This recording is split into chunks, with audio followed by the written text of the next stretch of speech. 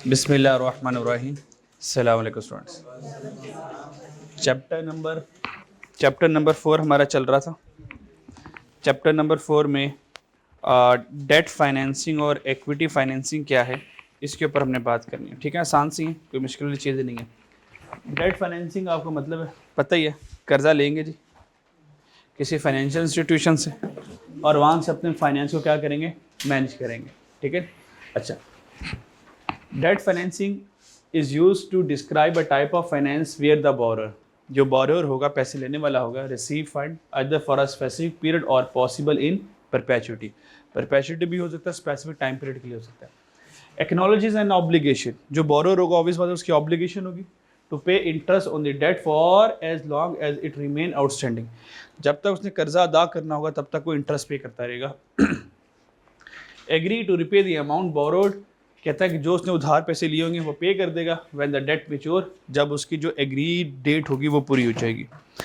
4 साल के लिए कर्जा लिया, चौथे साल सारा कर्जा उतारना पड़ेगा और हर साल हम क्या करेंगे या हर महीने हम क्या करें, उसको इंटरेस्ट पे करते रहेंगे। ये डेट फाइनेंसिंग होती है। जी, तो फिर कर्जा लेना क्यों है फिर? अगर इतना पैसा है कि पहले सारा कर्जा उतार देना है तो भाई अपने पैसे यूज कर लेना, फिर इंटरेस्ट क्यों देना फिर? हाँ तो ठीक है, जितनी जल्दी कर्जा दे दोगे इंटरेस्ट कम हो जाएगा, इंटरेस्ट कम हो जाएगा ना। इंटरेस्ट प्रिंसिपल अमाउंट के रिमेनिंग अमाउंट के ऊपर लगेगा। मिसाल के तौर पर आप लोगों ने 4 मिलियन कर्जा लिया, 1 मिलियन दे दिया, अब 3 मिलियन के ऊपर कर्जा ले गया, अब 2 मिलियन दे दिया, अब 1 मिलियन के ऊपर इंटरेस्ट लगेगा। तो जितना हम कर्जा उतारते रहेंगे इंटरेस्ट अमाउंट कम होती रहेगी ना। ठीक है, कर्जा कम होता रहेगा, इंटरेस्ट अमाउंट कम होती रहेगी, फायदा ही है। टर्म ऑफ लोन जी, example of debt financing. Debt financing के 3 example, term of loan, bonds और फाइनेंस लीज। ठीक है जी। इससे पहले हमने शॉर्ट टर्म पढ़ी थी। शॉर्ट टर्म में कौन सी लीज आ रही थी? ऑपरेटिंग लीज आ रही थी, जो एक रेंटल एग्रीमेंट था। टर्म लोन क्या होता है? Term loan typically use to finance the purchase of fix asset. अगर हमने कोई फिक्स एसेट खरीदना है, कोई मशीन खरीदनी है, कोई बिल्डिंग खरीदनी है, कोई प्लाजा खरीदना है, the term of such a loan usually range from 3 to 10 year. तो 3 से 10 साल के लिए आप क्या कर सकते हैं, टर्म लोन ले सकते हो। Such loan are considered long term loan and can be either secured और अनसिक्योर्ड। तो अगर भी आपने कोई भी non current asset, fix asset लेना होगा तो फिक्स एसेट के लिए हम क्या करते हैं, टर्म लोन लेते हैं कि भाई 10 साल के लिए मुझे लोन चाहिए क्योंकि मैं बिल्डिंग खरीदनी है, मुझे मशीन खरीदनी है। सिक्योर्ड भी हो सकता है, अनसिक्योर्ड भी हो सकता है। सिक्योर और अनसिक्योर को तो आपको पता है ना, ऐसा लोन जिसके अगेंस्ट कोलेटरल है, कोई मॉर्गेज रखाई हुई है, वो सिक्योर्ड होगा। अगर ऐसा कोई लोन जो हमने ट्रस्ट के ऊपर दे दिया, ठीक है यार मेरा जानने वाला पैसे वापस कर ही देगा, तो वो अनसिक्योर्ड है।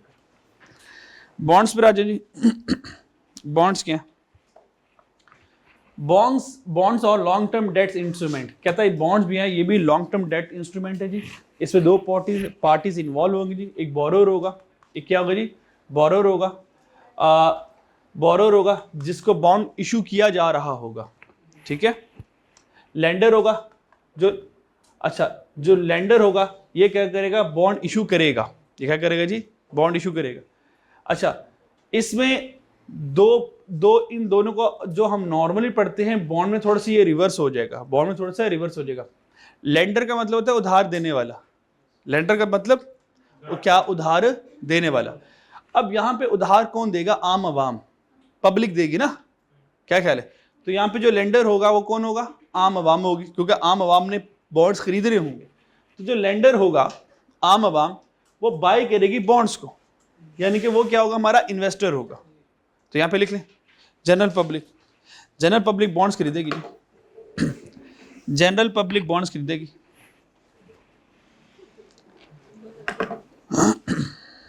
ये बॉन्ड के हवाले से जी, lender who will buy bond,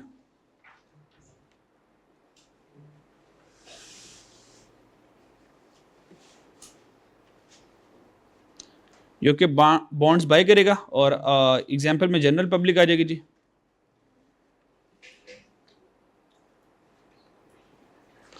और बोरोर इश्यूर मीन वो फाइनेंशियल इंस्टीट्यूशन जो बॉन्ड इशू कर रहा है।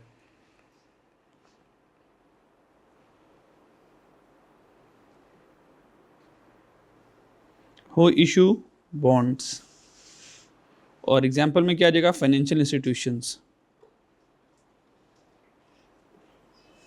कोई कंपनीज, बैंक्स भी आ सकते हैं।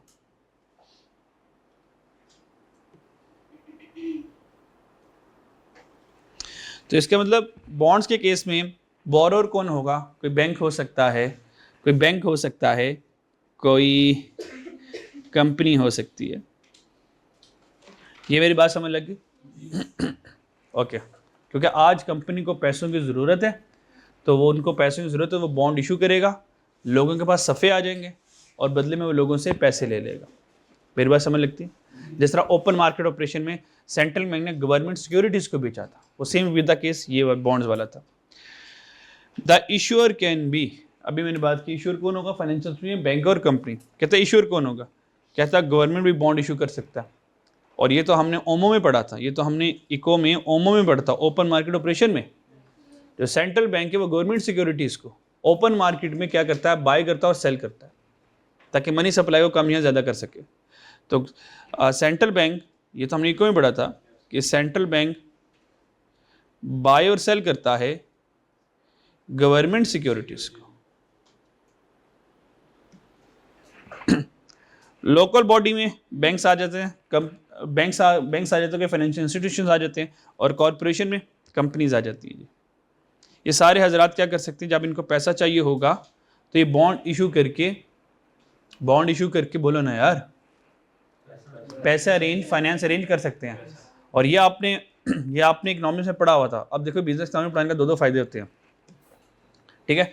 ये हमने कंपनी में पढ़ा था, बॉन्ड्स और रेट ऑफ इंटरेस्ट में इनवर्स रिलेशनशिप होता है। वो बॉन्ड्स वाला टॉपिक पढ़ा था हमने, बॉन्ड्स में और रेट ऑफ इंटरेस्ट में इनवर्स रिलेशनशिप होता है ना। हाँ, तो बॉन्ड्स में और रेट ऑफ इंटरेस्ट में इनवर्स रिलेशनशिप होता है। जब रेट ऑफ इंटरेस्ट कम होता है, बॉन्ड्स की प्राइस ज़्यादा होती है। ठीक है जी, अच्छा जी।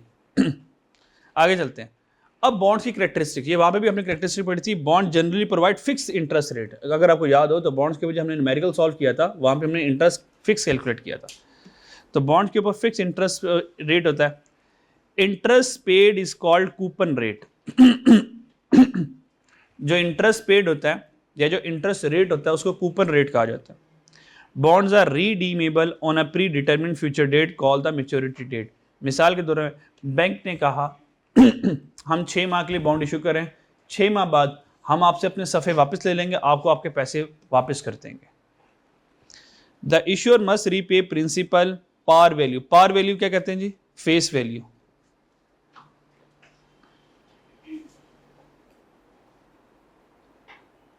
Face value, face value mean for example 1 bond is equal to 100 रुपये का, ₹100 का, तो ये इसकी पार वैल्यू है। ये इसकी क्या है? पार वैल्यू है, यानी कि उसकी क्या है जी? फेस वैल्यू है। हो सकता है कल को इसकी मार्केट वैल्यू बदल जाए, हो सकता है आफ्टर 1 मंथ और आफ्टर 2 मंथ्स ये जो बॉन्ड है 100 वाला ये 110 का हो जाए मार्केट में, रेट ऑफ इंटरेस्ट कम ज़्यादा होने से इसकी प्राइस बदलेगी ना। तो अगर मान लो ये 100 वाला बॉन्ड 110 पे निकल गया तो दैट्स इट्स मार्केट वैल्यू, ये इसकी मार्केट वैल्यू होगी। तो जब हम अपना बॉन्ड वापस लेंगे तो हम फेस वैल्यू पर लेंगे, पार वैल्यू पर लेंगे, जिस पर दिया उस पर ले लेंगे। डन? अच्छा जी। The issuer must repay principal par value to the bond holder at maturity. कहता है मैच्योरिटी के टाइम पर क्या होगा जी? हम जितने भी उनसे पैसे लिए होंगे उनको वापस कर देंगे। The bond certificate is issued as proof of the debt obligation. कहता है ये जो बॉन्ड सर्टिफिकेट हम इशू करेंगे ना, ये इसका सबूत होगा कि हमने इस फलाने बंदे से इतना कर्जा लिया, इसने हमें इतना कर्जा दिया, इसने हमें इतना कर्जा दिया। बॉन्ड और यूजली इशूड अगेंस्ट कोलेटरल। कहता है बॉन्ड जो इशू किए जाते हैं वो अगेंस्ट कोलेटरल इशू किया जाता है। Due to collateral backing bonds are consider highly secured form of long term finance. कहता है ये highly secured long term finance के तौर पर जाना जाता है, क्योंकि जो बॉन्ड होता है बैकिंग बाय सम कोलेटरल होता है। गिरवी रखवाना। मिसाल के तौर पर आपने अपने दोस्त को क्या किए, 1 लाख रुपया उधार देना। क्या देना जी? 1 लाख रुपया उधार। पर आपको डर है कि मेरी दोस्त ये 1 लाख रुपया लेके भाग जाएगी, तो आपने कहा कि कोई ज्वेलरी रखवा दो। वो तो होगी ना, तुम्हें बेचनी नहीं है, पर देखो मेरे पास रखवा दो। आपने कहा नहीं मैं तो ज्वेलरी नहीं खा गया। तो तू तो ट्रस्ट नहीं कर रही, तो how can I trust on you? बात समझ आ रही है ना?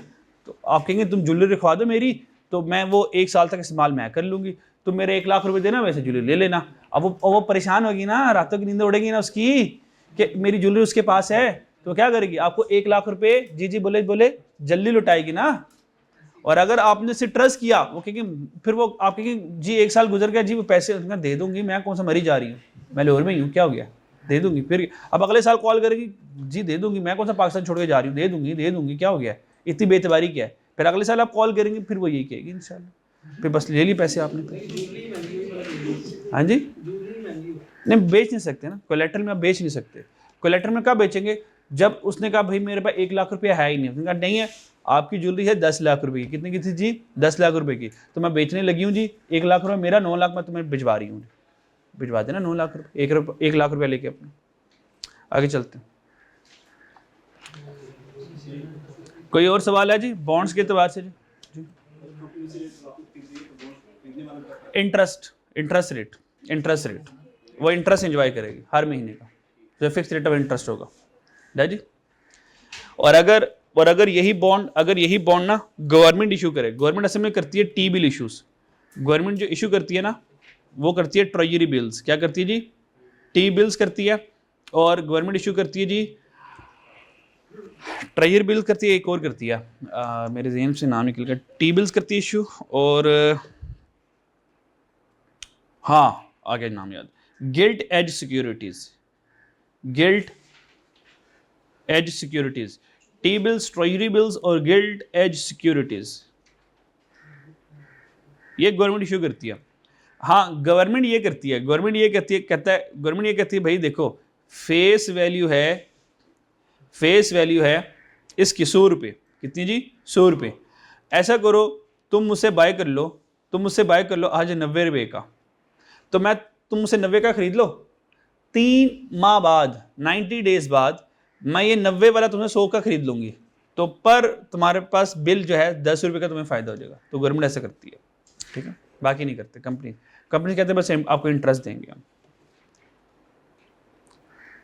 चले आगे जी, फाइनेंस लीज क्या है,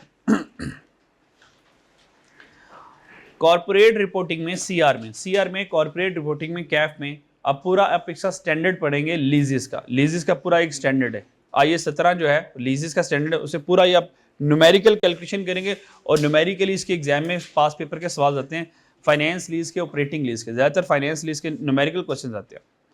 फाइनेंस लीज कब फाइनेंस लीज होती है, वहां पर जाके आप कुछ क्राइटेरियाज पढ़ेंगे कि अगर ये 4 5 6 कंडीशन हो तो फाइनेंस लीज होगी, अदरवाइज अगर इनमें से कोई कंडीशन पूरी ना हो तो ऑपरेटिंग लीज होती है।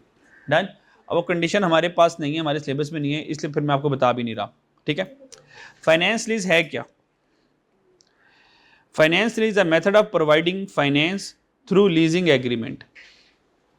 फाइनेंस लीज में क्या करेंगे, फाइनेंस प्रोवाइड करेंगे थ्रू लीजिंग एग्रीमेंट, लेकिन एक लीजिंग एग्रीमेंट होगा। इस लीजिंग एग्रीमेंट में हम पैसे नहीं देंगे, हम यहाँ पे जैसे कि आम फाइनेंशियल एग्रीमेंट में बॉन्ड के बदले में पैसे आते हैं, डेट्स के बदले में पैसे आते हैं, फाइनेंस लीज में पैसे नहीं आएंगे।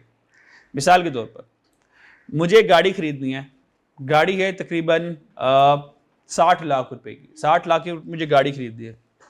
अब ना मेरे पास 60 लाख कभी कैश है, ना मेरे पास कभी गाड़ी होगी, मैं क्या करूँगा, इस गाड़ी को बैंक से फाइनेंस लीज पर ले लूँगा। मैं कहूँगा कि गाड़ी मुझे दे दो, अगर कन्वेंशनल बैंक होगा तो वो मुझे पैसे देगा और उसके वो सूद ले लेगा, वो सूद हो जाएगा। इस्लामिक बैंक क्या करेगा, वो खुद गाड़ी खरीदेगा और खुद गाड़ी खरीद के अपने नाम पे ट्रांसफ़र करेगा, खुद मालिक बनेगा, और फिर कहेगा भाई 60 वाली गाड़ी है, क्या तुम मुझसे 70 में लेना चाहोगे, और सहूलत में दे दूंगा तुम्हें, मैं इंस्टॉलमेंट कर दूंगा। तो हाँ वो क्या करेगा, 60 वाली गाड़ी हमें 70 में बेच देगा, लेकिन इंस्टॉलमेंट पर, रेंटल बेसिस पर। तो वो क्या करेगा कि हर महीने हम गाड़ी इस्तेमाल करते रहेंगे और हर महीने हम उसका रेंटल पे करते रहेंगे, पैसे पे करते रहेंगे। मिसाल के तौर पर हमारा एग्रीमेंट है 4 साल का, 4 साल तक हम मैक्सिमम गाड़ी के अमाउंट पे कर चुके होंगे। फाइनेंस लीज में ये होता है कि हम एट द एंड, ये हमने पढ़ा हुआ है, ये हमने पढ़ा हुआ जी, ये हमने इजारा व इतना पढ़ा हुआ, ये वही है, हाँ इजारा ऑपरेटिंग लीज है, इजारा व इतना फाइनेंस लीज है। तो वो क्या करेगा, eight the end of the lease term उसने कहा यार मेजर तो गाड़ी मैंने इस्तेमाल कर ली, मेजर तो मैंने सारे पैसे दे ही दिए, तो वो eight the end of lease term वो गाड़ी एसेट खरीद लेगा, वो एसेट क्या कर लेगा, खरीद लेगा। अगर वो एसेट खरीद लेगा तो ये फाइनेंस लीज है, और अगर वो वापस कर देता तो ऑपरेटिंग लीज है।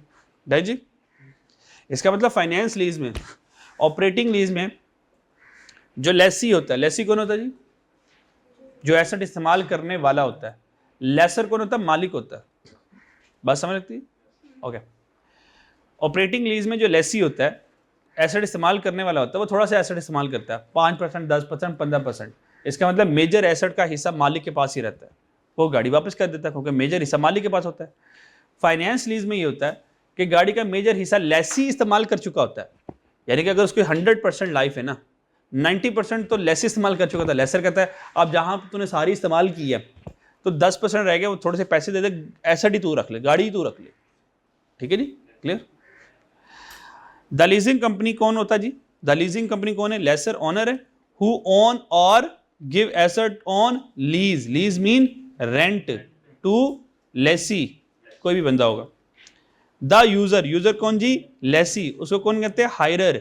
इज अ पर्सन या business that take asset on lease and pay rent और lease payment to the owner for the right to use asset. Right to use asset होता है उसके पास कि मैं एसेट इस्तेमाल करूंगा।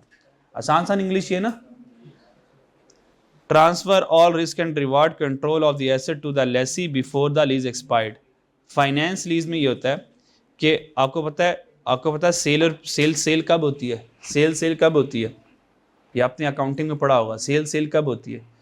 मिसाल के तौर पर सप्लायर ने बायर को चीज़ें भिजवा दी। सप्लायर ने बायर को चीज़ें भिजवा दी, गुड्स इन ट्रांजिट है, पढ़ा होगा आपने। गुड्स भिजवा दी। अगर गुड्स भिजवा दी तो क्या वो जो सप्लायर है, क्या वो अपनी सेल रिकॉर्ड कर ले? वो क्या वो अपनी सेल रिकॉर्ड कर ले? अगर उसने मिसाल के तौर पर बायर को कॉल की, भाई तुम्हारा माल आ रहा है, ये तुम तक पहुंच जाएगा, इसका मतलब है कि सप्लायर ने रिस्क एंड रिवॉर्ड ट्रांसफ़र कर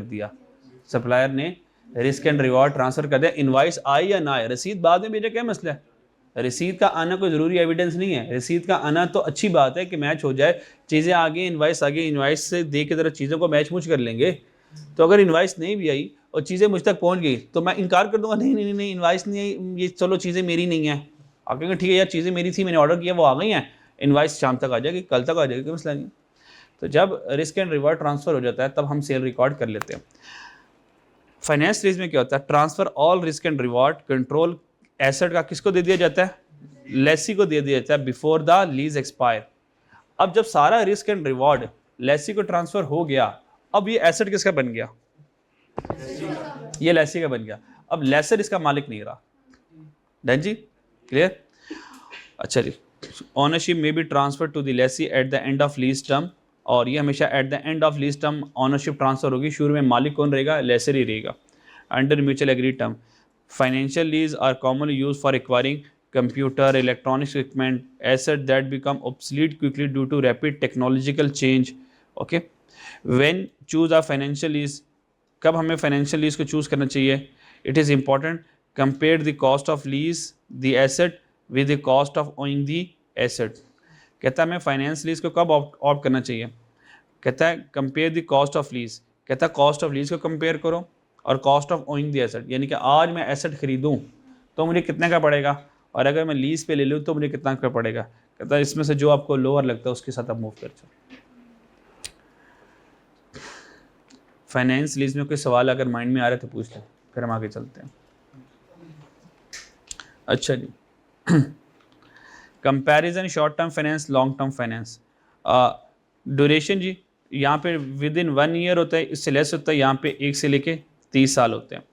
requirement, obtain to fund temporary shortfall in working capital. कहता है टेम्पररी पैसों की ज़रूरत पड़ रही है, लेकिन यहाँ पर हमें लॉन्ग टर्म प्रोजेक्ट के लिए, कोई प्रॉपर्टी प्लांट इक्विपमेंट, कोई कैपिटल प्रोजेक्ट के लिए, लार्ज स्केल के लिए पैसा चाहिए होगा। Collateral, do not create a charge on the asset of the company. यहाँ पे collateral is generally a primary requirement for obtaining long term loan. कहता है शॉर्ट टर्म फाइनेंस में अगर कोलेट्रल नहीं भी है ना, और अगर कोई एसेट के ऊपर हम कोई चार्ज नहीं भी करें तो कह रहा है कोई खैर मसला नहीं है, कोलेट्रल नहीं भी है तो काम चल जाएगा, बस 3 माह के लिए तो लोन लेना है, ठीक है, अमाउंट भी थोड़ी है तो ट्रस्ट कर लेते थे। कम से कम कुछ नहीं दे रहा, कम से कम बिल्डिंग तो इसकी अपनी है ना, इधर ही बैठा होगा ना, तो जाके पकड़ लेंगे फिर इसको, ठीक है। लेकिन अगर लॉन्ग टर्म लोन है तो फिर हमें कोलेटरल चाहिए होता है। टर्म ऑफ लोन जी, interest rate are unstable. Interest rate क्या होते हैं जी? अनस्टेबल होते हैं। वनरेबल टू इन्फ्लेशनरी फोर्सेस, कहता है इंटरेस्ट रेट अनस्टेबल होते हैं, ठीक है। जैसे जैसे इन्फ्लेशन बढ़ेगी इंटरेस्ट रेट भी बढ़ जाएगा। Term of loan are not very flexible, कहते हैं यहाँ पे फ्लेक्सिबल टर्म ऑफ लोन्स नहीं होती, जबकि यहाँ पे इंटरेस्ट रेट क्या होगा? स्टेबल होगा। टर्म ऑफ लोन फ्लेक्सिबल होंगे, such as pre payment option, renegotiation of interest rate upon improvement in credit rating.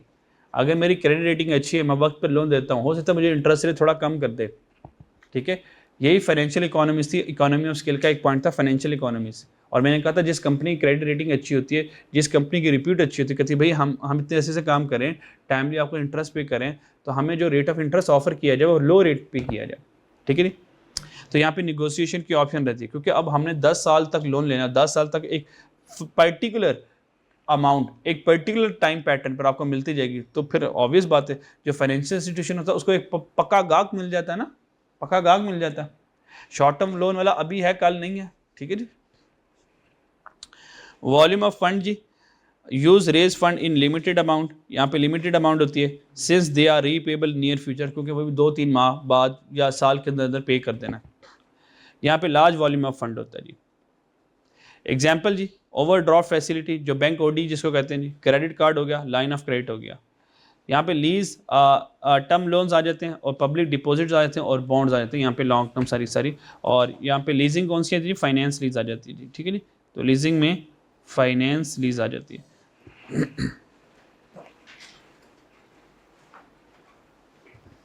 जी, जल्दी से नज़र मार लें, कोई सवाल पूछने वाला तो मुझसे जल्दी से पूछ लें फिर।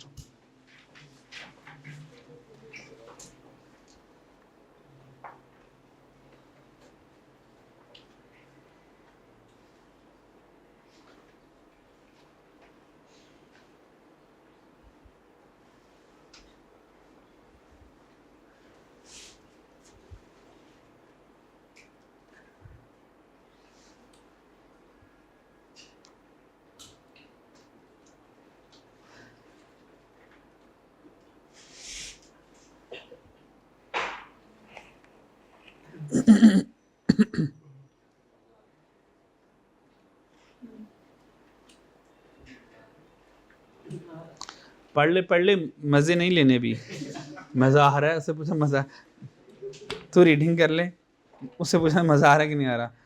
वो लूडो खेल रहा है यहाँ पे बैठ के, पढ़ ही रहा है, मज़ा आया ना आए तो पढ़ना ही है भाई, क्या ख्याल है भाई? हाँ बेशक नींद आ जाए, पढ़ना तो है ही है।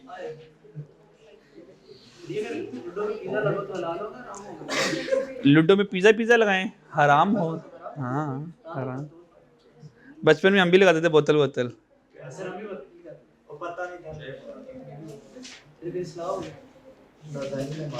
उसका तरीका ये होता है कि अगर आपने लूडो में कोई बोतल या वो पिज़्ज़ा लगाना भी है, तो उसमें ये कर लो यार ठीक है हम खेल लेते हैं, हाफ जीत जो भी हो गया, एट द एंड दोनों पार्टीज मिलके पिज़्ज़ा मंगवा लेंगे और मिलके खा लेंगे। हाँ तो फिर कंडीशन है, फिर तो वो एक तरह से जुआ ही है ना, मतलब एक पार्टी का नुकसान है, एक का कंडीशनल है ना, ये तुम जीतोगे तो तुम्हें हम पिज़्ज़ा देंगे, हमारा नुकसान होगा। ऐसे यहीं से तो शुरुआत होती है गैम्बलिंग की, पिज़्ज़े से ही। कल को बंदा फिर बड़े लेवल पे खेलता है पिज़्ज़ा क्या ख्याल? बॉन्ड्स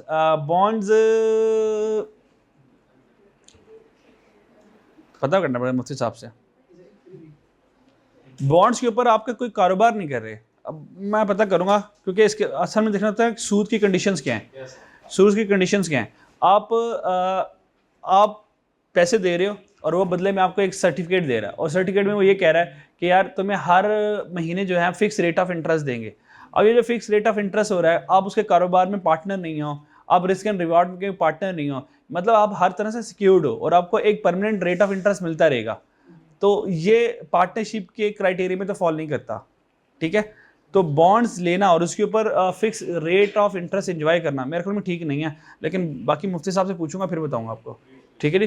तो बॉन्ड्स हलाल है हराम है हमारे को कोई पता नहीं है, अभी मैं आपको कुछ कह दूं कल को मैनू टांग देना तुसी जी। म्यूचुअल फंड्स हलाल है, म्यूचुअल फंड्स हलाल। म्यूचुअल फंड्स है क्या जी? म्यूचुअल फंड्स क्या होता है जी? म्यूचुअल फंड क्या होता है? जैसे कि भाई मैंने 1 लाख रुपए मिला लिया, यहां से किसी ने 2 लाख मिला लिए, यहां से किसी ने 5 लाख मिला लिए, यहां से किसी ने 6 लाख मिला लिए, हम सारों ने मिलके पैसे इकट्ठे हो गए, हम सारों ने मिलके एक बिजनेस किया। मतलब मान लो कि बिजनेस, मेरे पास पैसे ही नहीं है, मतलब मुझे बिजनेस करना आता है, तो आप लोगों ने मुझे 2 लाख, 3 लाख, 4 लाख, 5 लाख मुझे दे दिए सारे, मेरे पास कुछ कुल मिला के 50 लाख इकट्ठा हो गया। अब 50 लाख से मैंने बिजनेस किया और बिजनेस से प्रॉफिट आया, मैंने प्रॉफिट सारों में बांट दिया। ये म्यूचुअल फंड है, तो मैं उस कारोबार का इन्वेस्टर हूँ म्यूचुअल फंड में। ये कर सकते हैं। हाँ, लॉस हो गया तो लॉस बेयर करना पड़ेगा। उसने जो दिन रात एक किया होगा, सोचो क्या होगा उसका। सोचो आपने पूरा दिन काम किया, पूरे दिन मजदूरी की है, एट द एंड आपके हाथ में कुछ नहीं आया। सोचो जरा, और एक पैसा उसका सिर्फ पैसा डूबा है ना, सिर्फ पैसा डूबा है, वो चिल बैठा होगा, उसका लूसा, तो भाई दोनों का लॉस हुआ है। हाँ, दोनों का लॉस हुआ।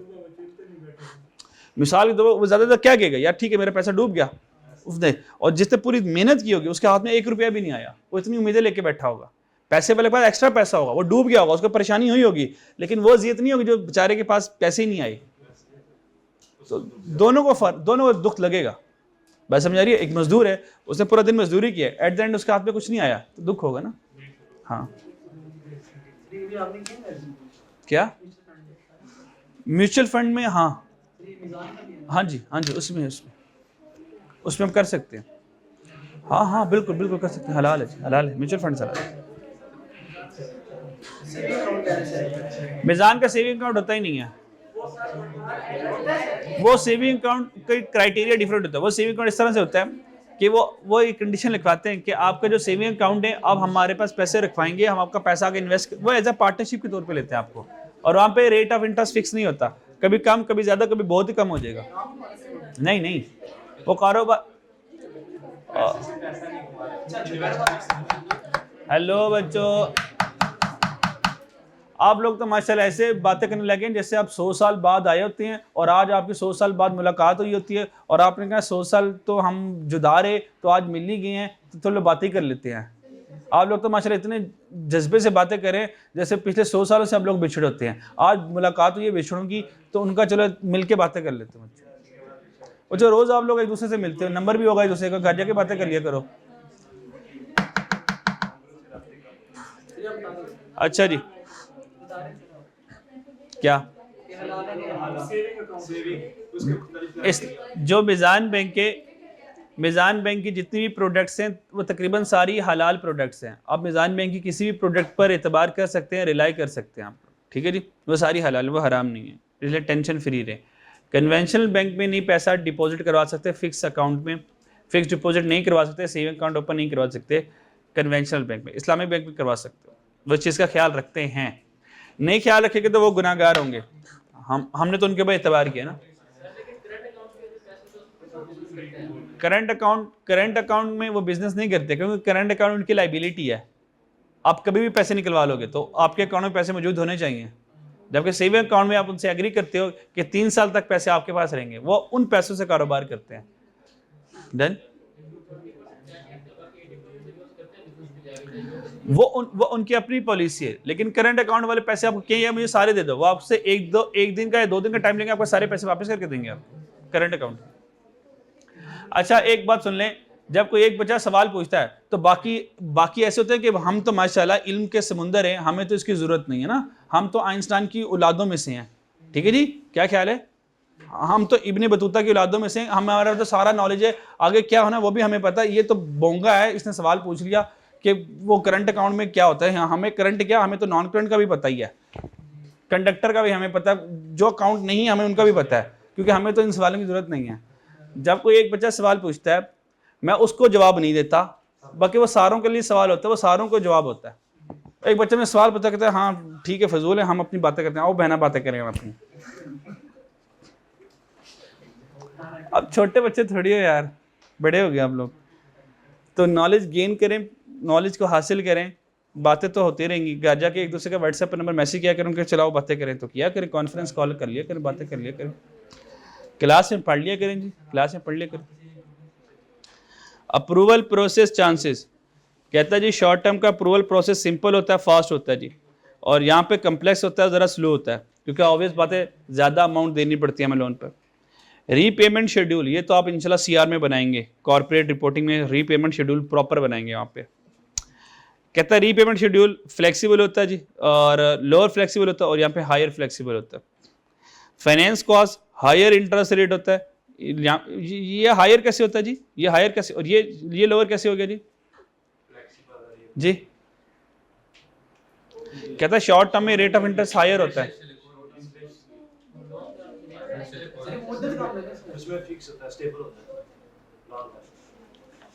जी भाई यहाँ पे निगोशिएबल होता है ना, क्योंकि उसने लंबे अरसे तक इंटरेस्ट पे करते रहना है, तो थोड़ा सा उससे कम चार्ज करते हैं।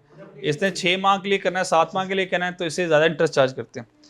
Selection criteria, short term finance is preferably if borrower is in a liquidity crunch and need fund quickly to bring time gap in cash flow. तो कैश फ्लो को पूरा करने के लिए हम क्या करते हैं जी, शॉर्ट टर्म फाइनेंस ले लेते हैं। जबकि लॉन्ग टर्म क्या होता है, बोरो स्टेबल होता है, उसको proper for the longer time period funds की जरूरत पड़ती है ताकि वो अपने स्ट्रेटेजिक गोल को पूरा कर सके जी। कोई सवाल है तो पूछने पर हम आगे चल रहे हैं। डन जी, चले आगे। नेक्स्ट हमारे पास आ गया इक्विटी फाइनेंसिंग। क्या जी? Equity financing. इक्विटी फाइनेंसिंग में जो मालिक होगा वो अपने बिजनेस के शेयर इशू करेगा, और शेयर इशू करके क्या करेगा, फाइनेंस कलेक्ट करेगा। डन जी, क्लियर? अच्छा जी, कहता है company obtain equity financing either by selling new ownership share, यानी कि एक्सटर्नल फाइनेंसिंग। क्या करेगा जी? Either by selling new ownership share, या लोगों को क्या करेगा, शेयर इशू कर देगा, और by retain earning internal financing.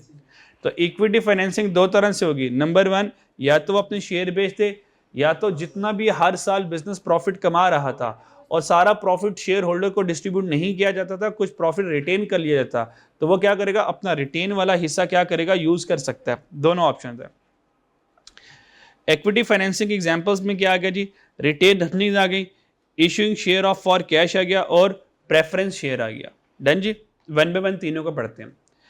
Retain earning क्या आप जानते हो कि पोर्शन ऑफ कंपनीज का प्रॉफिट होता है after tax and preference dividend. मिसाल के तौर पर ये हमारे पास आ गया प्रॉफिट बिफोर टैक्स। इसमें से क्या कर देंगे जी, टैक्स माइनस कर देंगे, तो कौन सा प्रॉफिट आ जाएगा, प्रॉफिट आफ्टर टैक्स। इस प्रॉफिट आफ्टर टैक्स में आगे आप पढ़ेंगे इंशाल्लाह ताला, ये R1 में पढ़ेंगे आप। प्रॉफिट आफ्टर टैक्स में सबसे पहले जो हिस्सा दिया जाएगा ना, जो प्रॉफिट दिया जाएगा, वो प्रेफरेंस शेयर होल्डर को दिया जाएगा। प्रेफरेंस शेयर होल्डर वो शेयर होल्डर होते हैं जो कहते हैं हम बस एक कंपनी के प्रॉफिट में हिस्सेदार हैं, ये कंपनी के ओरिजिनल मालिक नहीं होते, ये सिर्फ प्रॉफिट कमाने के लिए आए होते हैं। तो जैसे प्रॉफिट आफ्टर टैक्स आता है, सबसे पहले हम हिस्सा किसको देते हैं, प्रेफरेंस शेयर होल्डर को देते हैं। तो सबसे पहले हम प्रेफरेंस डिविडेंड दे देते हैं।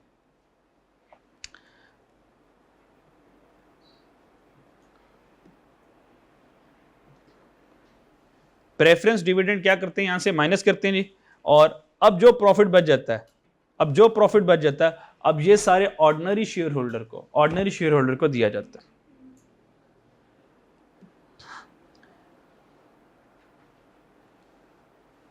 Retain earnings,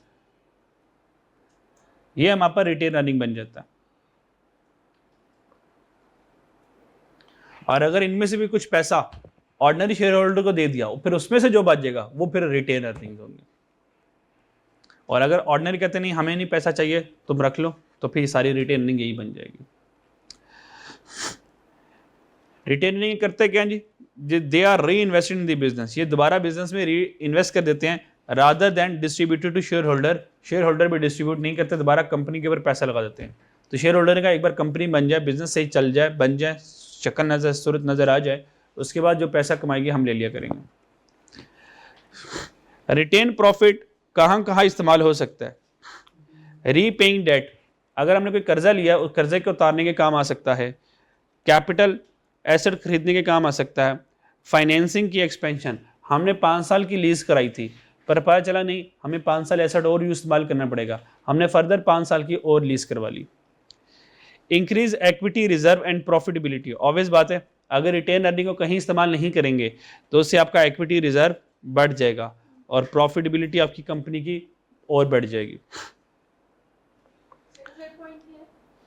financing expansion support long term growth, मिसाल के तौर पर फाइनेंसिंग एक्सपेंशन में दो तरह से हो सकता है, आपके पास पैसा बढ़ जाएगा, जब पैसा बढ़ जाएगा तो आपकी ग्रोथ भी बढ़ जाएगी।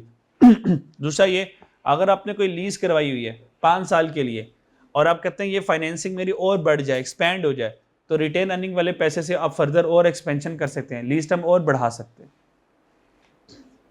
या financing expansion mean retain earning आपकी फाइनेंशियल एक्सपेंशन के तौर पर यूज होती है, यानी कि आपके फाइनेंस को बढ़ाती है। The board of director decide how much profit to retain. Examiner पूछ सकता है कि कौन डिसाइड करेगा कि कितना प्रॉफिट रिटेन करना है और कितना प्रॉफिट हमें डिस्ट्रीब्यूट करना है, तो ये बोर्ड ऑफ डायरेक्टर डिसाइड करेंगे। डन। और बोर्ड ऑफ डायरेक्टर किसको अकाउंटेबल होते हैं? हाँ, board of director board of corporate governance को अकाउंटेबल होते हैं, यानी कि शेयर होल्डर्स को अकाउंटेबल होते हैं, जिसको आप नॉन एग्जीक्यूटिव डायरेक्टर्स कहते हैं। डिविडेंड में बी पेड इन कैश, कहता है डिविडेंड कैश की शक्ल में भी दिया जा सकता है या शेयर की शक्ल में, यानी कि स्टॉक की शक्ल में भी दिया जा सकता है। तो कैश डिविडेंड भी होता है और शेयर डिविडेंड भी होता है। यहां तक कोई मसला?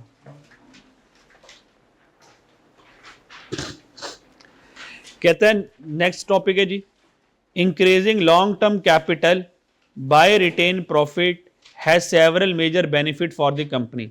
अगर रिटेन अर्निंग है तो क्या फायदा होगा भाई? When new equity is raised by issuing share there are large expenses associated with the cost of the issue. कहता है रिटेन अर्निंग को यूज करने का फायदा, कहता अगर आप नए शेयर इशू करें, नए शेयर इशू करने के साथ साथ कॉस्ट भी हमें बेयर करना पड़ती है। इसके बरक्स when equity is increase through retain earning, वो जो कॉस्ट आती है ना शेयर इशू करके, वो नहीं आती। डन जी।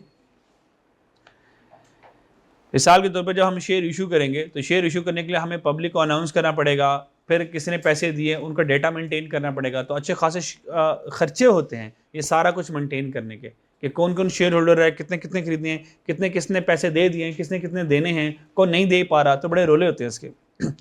इक्विटी में मेरा पैसा, मैं अपना पैसा इस्तेमाल से सुकून से इस्तेमाल करूँ। और दूसरा इक्विटी का फाइनेंस रेडीली अवेलेबल होता है, आज जाओ बैंक से पैसे निकलवा लो और इस्तेमाल कर लो। सेकंड जी, reason for limited amount of earning available for retention. अच्छा जी, कहता reason for limited amount of earning, कहता लिमिटेड अमाउंट ऑफ अर्निंग की रीजन क्या है, यानी कि आपकी जो अर्निंग्स हैं वो लिमिटेड क्यों हैं? अवेलेबल फॉर रिटेंशन, यानी कि अब ज़्यादा रिटेन अर्निंग अब क्यों नहीं इकट्ठा कर पा रहे, या आपकी रिटेन अर्निंग बढ़ क्यों नहीं रही? Number 1, the company might not earn large profit कमाएगी तो रिटेन अर्निंग बढ़ेगी। दूसरा, company earning are either retain with the business और distributed to the share holder as dividend. अगर शेयर होल्डर को ही डिविडेंड दे दिया गया तो फिर रिटेन अर्निंग कम रह जाएगी। Retain earning means company is with holding dividend from share holder, ये बात पता ही आपको। Retain earning must be use efficiently to generate satisfactory return on investment. अगर आप रिटेन अर्निंग यूज कर रहे हैं, तो इसका मकसद ये है कि भाई उस पैसे को यूज करके आपने क्या करना है, इन्वेस्ट करना है, और उस इन्वेस्टमेंट से आपने फर्दर रिटर्न लेकर आना है। रिटेन अर्निंग का मतलब ये है कंपनी अपने रिजर्व इस्तेमाल कर रही है, वो ज़ाया करने के लिए नहीं है। अगर वो इस्तेमाल कर रहे हो, मकसद ये है कि उसको इस्तेमाल करने से आप और अर्निंग घेर कर लेकर आओ, ये ऐसे ही है कि आप समुंदर में छोटी मछली को कुर्बान करेंगे इस मकसद के लिए कि इससे हम बड़ी मछली पकड़ लेंगे। तो रिटेन अर्निंग को कुर्बान करना है इस मकसद से कि इस पैसे से और पैसा कैप्चर करके लेकर आएंगे कंपनी में। और अगर ऐसा नहीं किया तो फिर इसका मतलब है आपने अपने रिसोर्सेज को एफिशिएंटली इफेक्टिवली यूज नहीं किया। If retain earning do not lead to future growth in profit and dividend, कहता है share holder may be dissatisfied, क्योंकि शेयर होल्डर ने कुर्बानी दी है ना कि यार ठीक है मुझे पैसा डिविडेंड ना दो, मुझे प्रॉफिट ना दो, तुम यही पैसा बिजनेस में लगाओ। और अगर बिजनेस में पैसा लगाकर प्रॉफिट इंक्रीज ही ना हुए तो शेयर होल्डर मायूस होंगे, कहेंगे यार इससे अच्छा था जो डिविडेंड आ रहा था वही ले लेते हम, एम हमने अपना डिविडेंड कुर्बान किया। तो in such case share holder may demand higher dividend and lower level of retain earning retention. कहता है जब ऐसा होगा तो शेयर होल्डर कहेंगे भाई अगली बार सारा डिविडेंड हम ले जाएंगे तो तुम अपने आप को खुद ही संभाल लेना। डन जी। कोई सवाल यहां से माइंड में आता तो पूछ लें, आगे चलते हैं फिर। अच्छा जी, इशूइंग शेयर फॉर कैश। बच्चों अभी हमने क्या पढ़ा जी, रिटेन अर्निंग से बारे में पढ़ा, रिटेन अर्निंग के फायदे क्या हैं वो पढ़ा, रिटेन अर्निंग किस वजह से डिक्रीज हो जाता है हमने वो पढ़ा। अब हम नेक्स्ट पढ़ने जा रहे हैं जी, इशूइंग शेयर फॉर कैश। अगर मैं कंपनी शेयर इशू करे और शेयर इशू करने के बदले में लोगों से कैश ले ले, अब ये पढ़ने ले, company can raise external equity capital by issuing new share for cash but this option is more limited for private company than for public company. Public company तो ये काम कर सकती है, प्राइवेट नहीं कर सकते ये काम। ये हमने पढ़ लिया था कि प्राइवेट वाले होते हैं वो शेयर से फ्रेंड एंड फैमिलीज को इशू कर सकते हैं, सिर्फ उनसे कैश ले सकते हैं, आम पब्लिक को तो नहीं कर सकते। तो पब्लिक कंपनी के पास ज्यादा ऑप्शन है rather than private company. Public company can offer share to general public and are traded on stock chain, और स्टॉक चेन में जाएंगे किसी भी कंपनी के शेयर खरीद सकते हैं जाके प्राइवेट ये नहीं कर सकते। Ownership value is measured by the share price for public company by the estimated value of share for private company. कहता है पब्लिक कंपनी की शेयर की वैल्यू क्या तय होगी, शेयर प्राइस से, जबकि ओनरशिप के शेयर की वैल्यू क्या होगी उनकी एस्टिमेटेड वैल्यू से, मार्केट वैल्यू से, कि मार्केट में शेयर कितने का होगा, आपकी कंपनी की वैल्यू क्या है और उस वैल्यूएशन से आपकी कंपनी का शेयर की प्राइस क्या निकलेगी। प्राइवेट कंपनीज में इशू शेयर प्राइवेटली यानी कि फ्रेंड एंड फैमिलीज को, but it is often difficult to find willing investor and existing owner usually have limited personal capital. कहता है फायदा क्या होता है, नुकसान क्या होता है।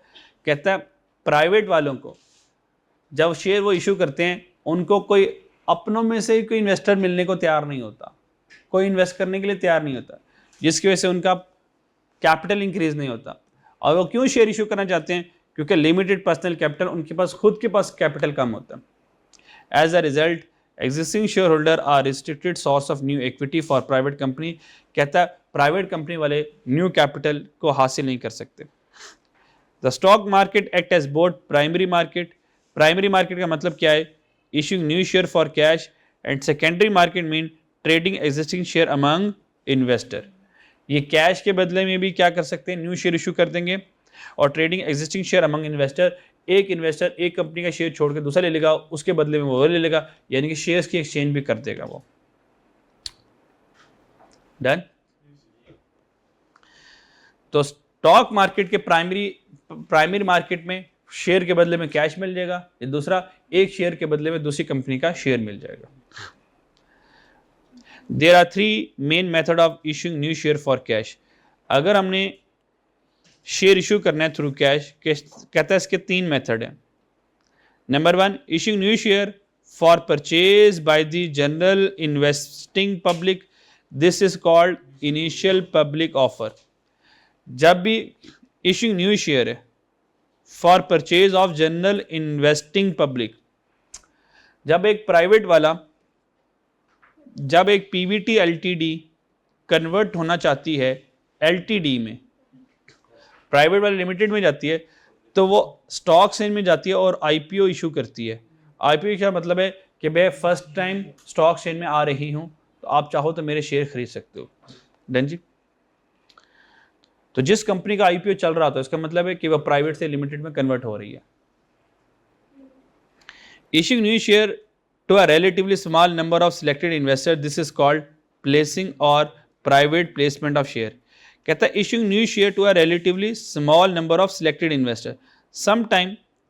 समटाइम हम थोड़े से इशू शेयर करते हैं और सिलेक्टेड इन्वेस्टर्स को करते हैं, तो इस कंसेप्ट को क्या कहते हैं, placing private placement of share. Placing या प्राइवेट प्लेसमेंट ऑफ शेयर यानी कि हम शेयर इशू तो कर रहे हैं लेकिन हम सारों के लिए नहीं कर रहे, हम कुछ पर्टिकुलर लोगों के लिए कर रहे हैं।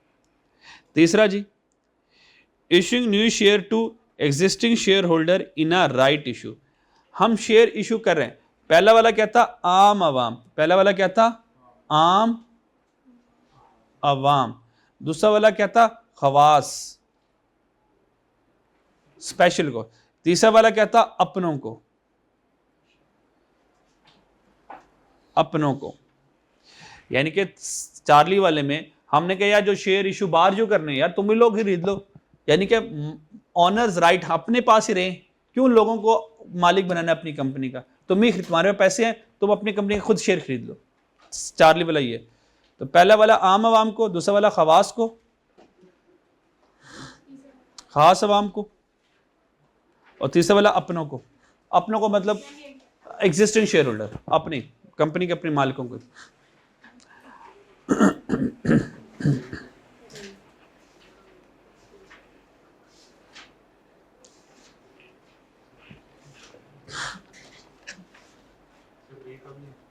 1 आवर के बाद 5 मिनट की ब्रेक लेंगे, आफ्टर 5 मिनट। 11 बजे स्टार्ट किया था ना हमने लेक्चर, बस 12 बजे एक कंप्लीट कर देंगे इंशाल्लाह। अच्छा जी, लास्ट कोई सवाल है जी? चलें, बस ये पार्ट 3 नेक्स्ट लेक्चर में पढ़ेंगे, पार्ट 2 बस पढ़ लेते हैं। अच्छा जी, कंपनी जो ना 2 तरह के शेयर इशू करती है।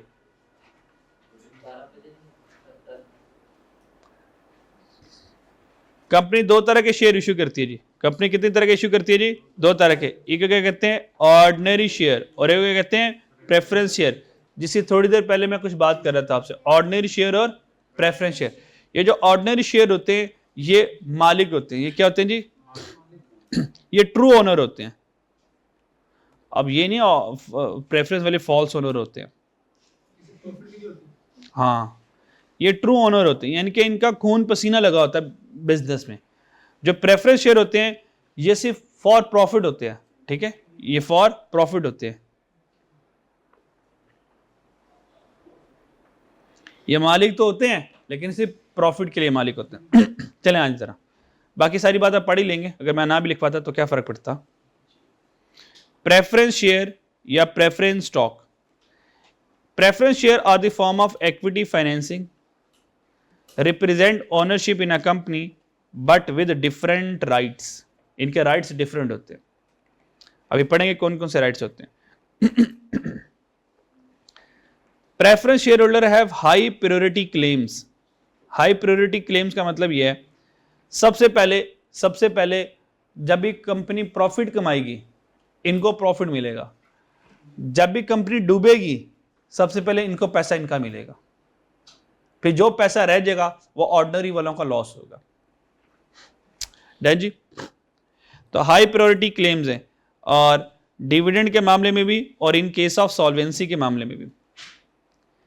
दे receive fix dividend usually paid annually. इनको हर साल फिक्स डिविडेंड दिया जाएगा। Done. Preference dividend are paid from after tax, ये आपको पता ही है। Dividend to preference share holder are paid before dividend to, ये भी आपको पता ही है। इन लिक्विडेशन, ये मैंने अभी बता दिया, सबसे पहले प्रेफरेंस वालों को लिक्विडेशन में सबसे पहले इनका एसेट दे दिया जाएगा, भाई तुम तो अपने पैसे लेके निकलो ना यहाँ से। अगली बात, ये नुकसान वाली बात है, preference share usually don't carry voting right. Preference share करेंगे, हम भी मालिक हैं, मीटिंग हो रही है, एनुअल जनरल मीटिंग हो रही है, इनको भी बुलाया जाएगा। अब जब वोटिंग होगी ना, सारे ऑर्डिनरी शेयर कहेंगे हमारा वोट इसके हक में। प्रेफरेंस शेयर वालों के पास राइट ही नहीं है हैंड रेज करने का, इनके पास राइट नहीं है, डन, क्योंकि ये प्रॉफिट्स के लिए है। डन जी। Some preference share are convertible into ordinary. हाँ, कुछ प्रेफरेंस शेयर ऐसे होते हैं जो अपने आप को ऑर्डिनरी शेयर में कन्वर्ट कर लें। अगर वो प्रेफरेंस से ऑर्डिनरी शेयर होल्डर में आते हैं, अब वो ओरिजिनल मालिक बन जाएंगे। ओरिजिनल मालिक बन जाएंगे इसका मतलब बिजनेस के हर मामले में वो मुदाखलत कर सकते हैं, जबकि प्रेफरेंस शेयर इंटरवीन नहीं करता बिजनेस के मामलात में। डन जी। डोंट इंटरवीन इन बिजनेस मामलात। डन जी। ये हल्की आंच में कौन लगा हुआ मेरे भाई? हल्की आंच में कौन लगा हुआ मेरे भाई? Why are you in low flame, why are you talking low flame? जी मेरे भाई, मुझसे पूछ रहे हैं। Okay, preference share are relatively uncommon with limited use in practice. कहता है इसकी प्रैक्टिस बड़ी कम होती है। चलें जी, कोई सवाल है प्रेफरेंस शेयर के एतबार से तो पूछ लें। कहता है for issuing company preference share more expensive than debt because their dividend are not tax deductible. तो उनके डिविडेंड के ऊपर टैक्स डिडक्टिबल नहीं होता, ये अंडरलाइन कर लें कि प्रेफरेंस शेयर्स के ऊपर टैक्स की माफ़ी नहीं मिलती। And their claim are secondary to those debt holder but less expensive than ordinary share holder.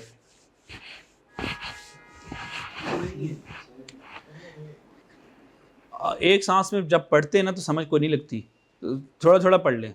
मैंने गरीब ने आज एक सांस में पढ़ दिया, इसे समझ नहीं आई, आज तोड़ता हूँ।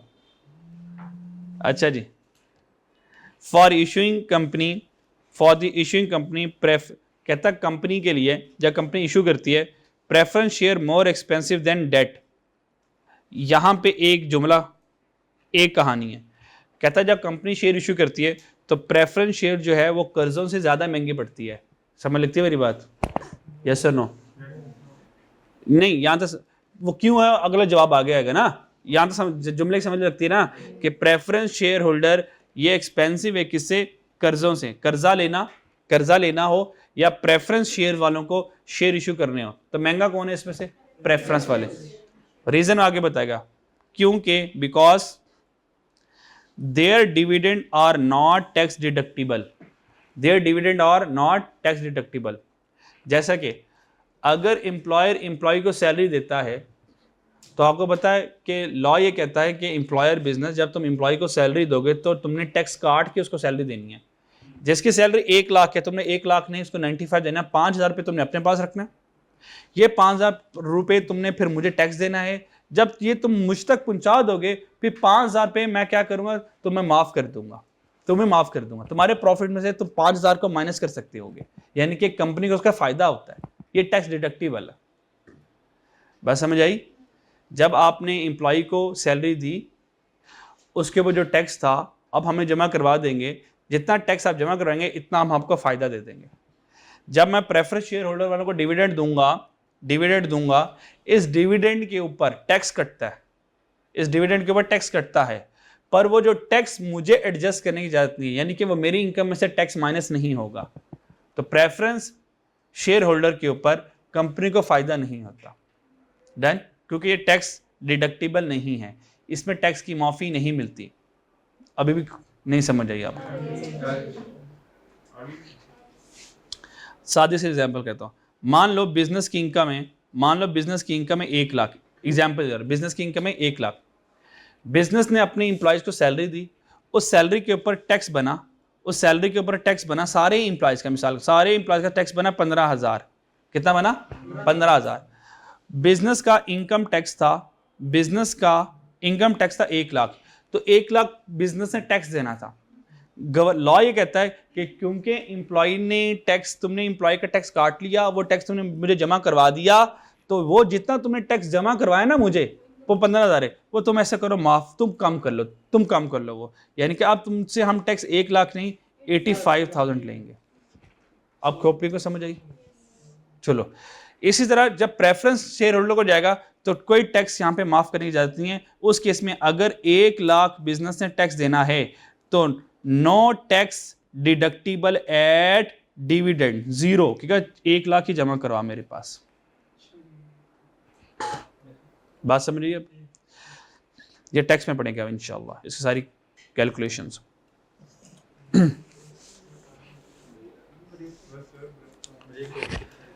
ठीक है जी। And their claims are secondary to those of debt holder but less expensive than ordinary share holder. ये ऑर्डिनरी शेयर होल्डर से लेस एक्सपेंसिव होते हैं।